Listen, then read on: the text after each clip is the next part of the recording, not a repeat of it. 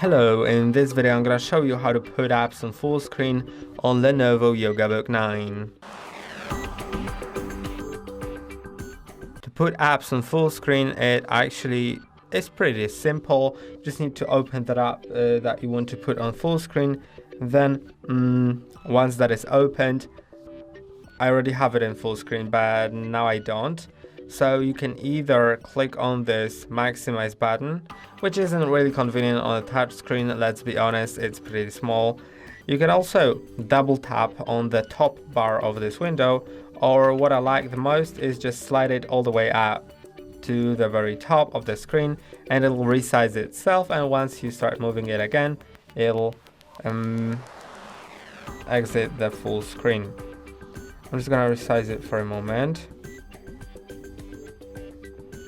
but I can't seem to be able to resize it.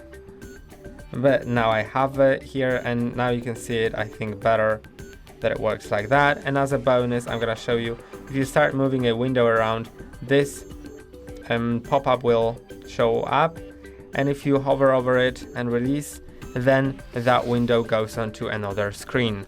And that's all for today. Don't forget to like and subscribe. See you next time.